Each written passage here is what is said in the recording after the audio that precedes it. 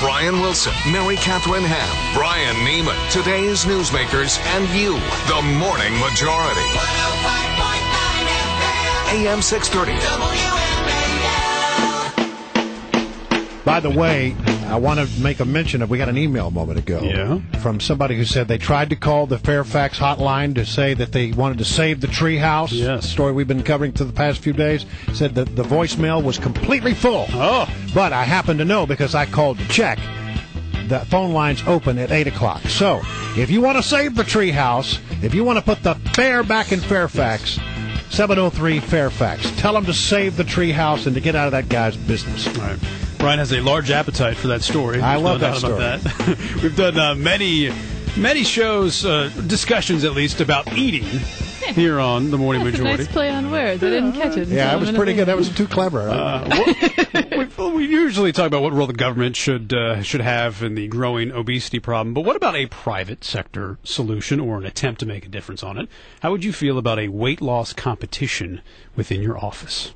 There is a company called HealthyWage, HealthyWage.com, that sets up contests between companies or offices to see who can lose the most weight. And yes, there is a financial payout at the end. Yeah, that's competition, which I'm in favor of that. Brandon Smythe joins us now, Vice President at HealthyWage. So do I have it right? Is that how it works? Would it be like us here at WMAL having a competition to see who can lose the most weight as combined versus, say, another radio station in maybe Los Angeles or Texas? Is that how you set it up?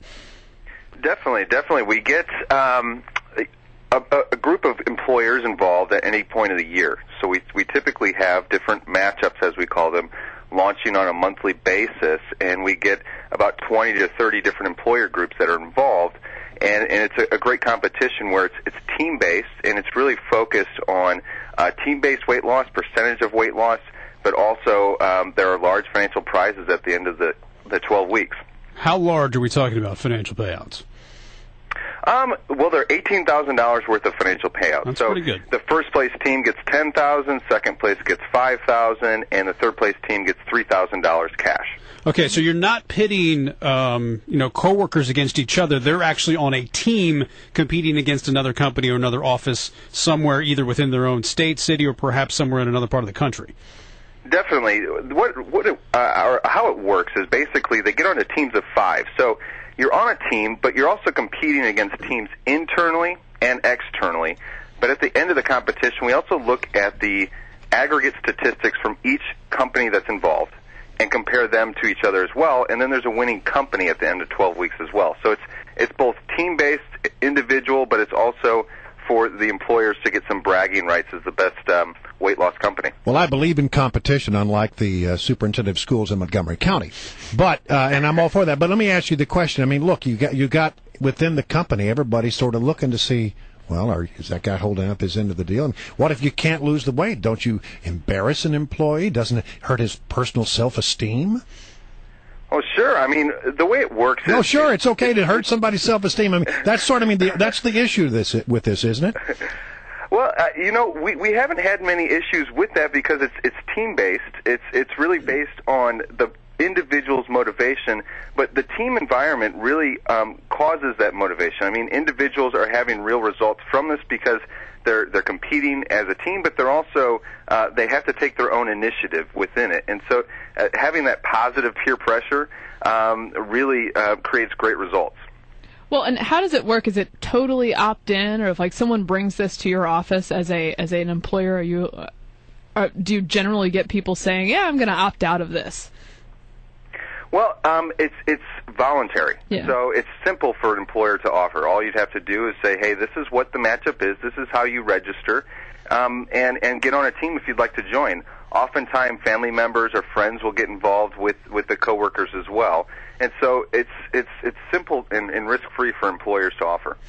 I gotta say, my mom was involved in an inter-office competition, which got pretty serious. Yeah, but she won. I'm wondering, Brandon, you haven't heard of any problems of people? I mean, we've heard, some people think that, hey, this is wrong because you're forcing people to do something that they don't want to do. And how could they say no if your boss comes up to you and says, hey, does anybody want to compete in this competition? You can't say no because you're being, there's nothing really that's voluntary in the office place. If a boss comes to you and puts it out that, hey, do you want to take part in that? You can't say no to that. Have you ever heard of? Oh, yeah. Yeah, there's definitely the way to say no. I mean, honestly, it costs the participant a participant fee to join. Yeah. And so the boss can't go up to you and say, hey, you have to pay XYZ to join this. This is really voluntary. So we typically see between 5 and 15% participation in the population of an employer. So again, it's voluntary, and the results come from that as well. How has your business been? I mean, are you growing right now? Is it easier finding more and more companies that want to participate in this? Oh, for sure. We're around 2.5 years old, and we've seen tremendous growth in 2011, 2012. We expect to double again. The reason being is the matchup challenge through HealthyWage is really focused on addressing a need we see in the marketplace. As Mary Catherine was just saying, her mother was in an inner office challenge. We have a lot of clients that love weight loss challenges, but they don't have the time to put into organizing them, and they can be very costly as well. And so that's where we come in. We fill that need for employers, and we give them a risk-free way to offer something fun to the employees. This is sort of like The Biggest Loser, that TV show. Well, what's the biggest amount that someone has lost, or a team has lost?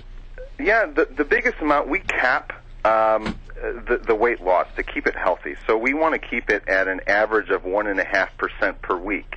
Most challenges are about 12 weeks long, so if you compound that, it's about 16.7% of the body weight.